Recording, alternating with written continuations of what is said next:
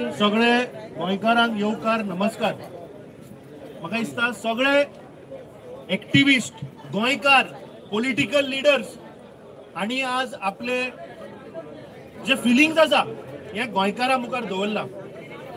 बाब रामा काणकोणकाराचेर जो अटॅक जाला वो आज प्रत्येक गोंयकाराचेर अटॅक जाला। आणि रामाचेर अटॅक कित्याक जाला? कित्याक रामा गोंय वाचोवपाक लागून उलयता।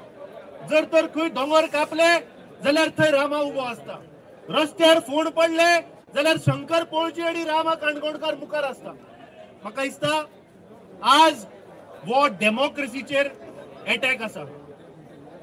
आमचे लिडर सगळ्यांनी म्हाका दिसता उलो मारला की सगळे गोंयकार आज उठपाक जाय।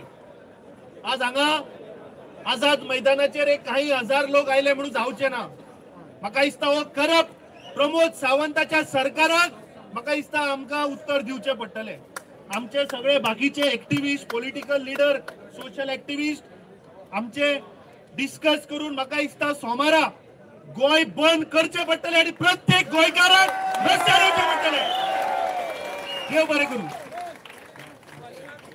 Calling out